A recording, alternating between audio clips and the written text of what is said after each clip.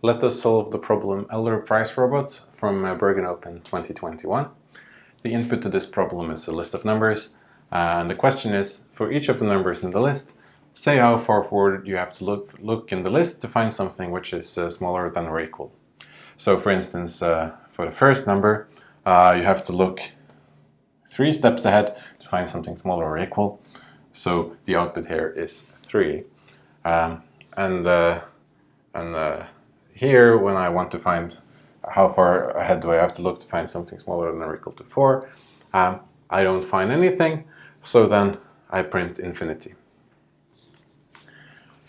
So this is the same problem as the Junior Price Robot, except that now we have to answer this question for all of the numbers, not only the first one. It's tempting to use the same algorithm, just repeat it once for every number. Unfortunately, that is too slow. So what we're going to do instead is that we're going to solve it in a somewhat convoluted way, which initially turns out to be, looks quite silly, but which we can improve using a segment tree to have a quite nice runtime. Okay, so first I'm going to create a list which is sort of the inverse of this list. So this list here is sort of mapping indices, 1, 2, 3, 4, or positions, call it positions. So you're mapping positions to values. So now I want to have something which is the inverse of that, which is basically mapping values to positions. So I'm going to create the list here, and then maybe it becomes more clear. Okay, so here we have a list, and if I'm looking into the index, index 4, 0, 1, 2, 3, 4, then whatever I find at that index is supposed to be when is the next time I'm going to see the value 4.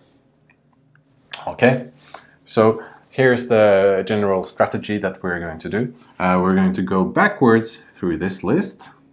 We're going to maintain this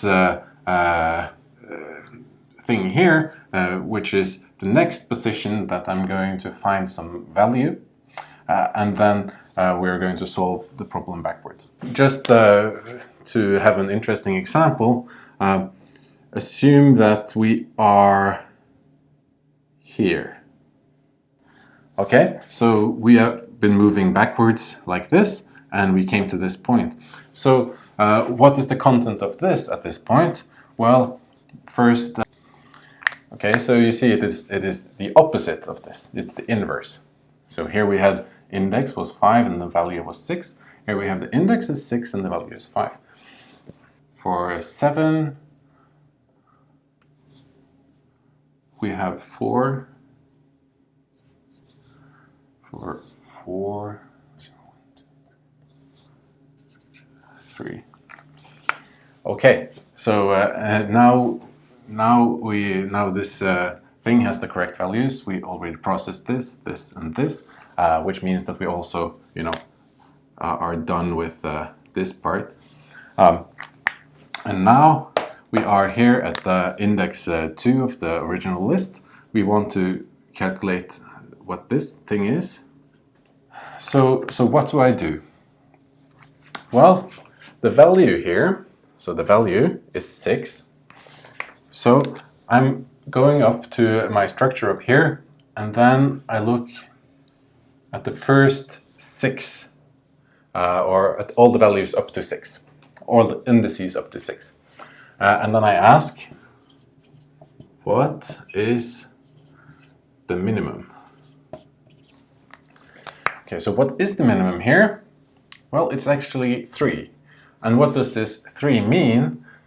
Well, it means that at index 3 in this one, or at the position 3, there I have something, some value which is smaller than or equal to 6.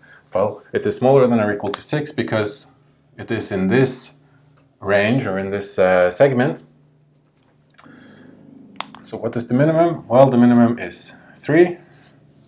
And then I subtract this 2. So the 2 here is the index where I'm looking for the answer. The answer is 1. I find it here. So before I continue moving back here, I need to update the structure. So here I have at value 6. So instead of index 5 there, I find the position 2. And then I can move on.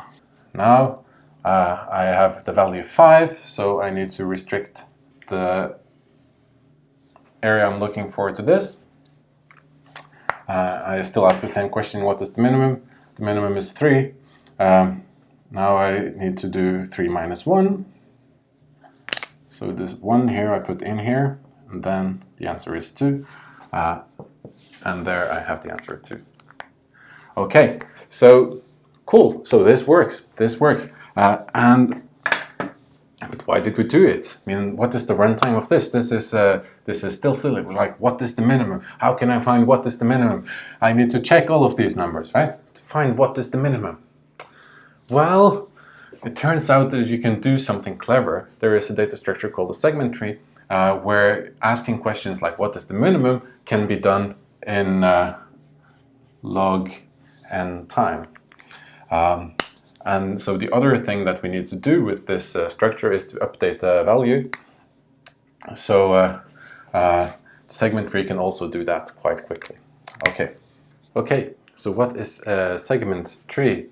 Well, a segment tree is sort of like a list. And when we use the segment tree, we think of it as a list. So we say it is list-like. So the segment tree that we're going to build today is supporting 2 operations. So it can update an element. And the second operation that we can support is to find the minimum from 0 and up to some index k. So while the segment tree behaves like a list for the consumer, and for the one who wants to use it, for the one who builds the segment tree, it looks more like a tree. So you want to have this picture in mind. So this picture is a binary tree, and so the leaves here are representing the list that you think of, right? So the content, if you just look at these leaves in this order, is exactly the list. And everything else around here, it is a supporting structure. But supporting in what way? So inside here, we have some summary information. So for our purposes, we want to find the minimum. So for our purposes, we can think of this as summary information. It is the minimum number in the subtree.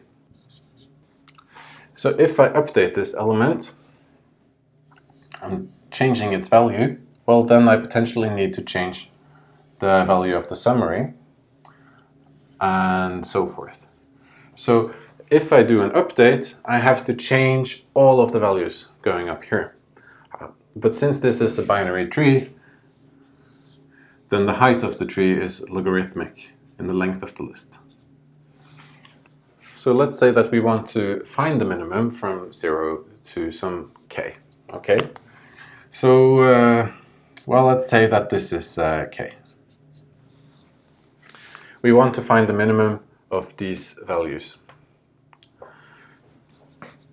What you can do is that you go 1 to the right of where you want to go, and then you sort of crawl up to the root of the tree.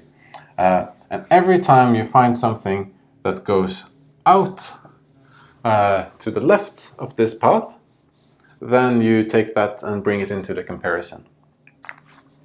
So here, to find the minimum in all of these vertices here, I would only need to check this number, whatever is stored there, and this number, whatever is stored in this summary. But the time required to answer this query is also logarithmic in the number of in the size of this list at the bottom.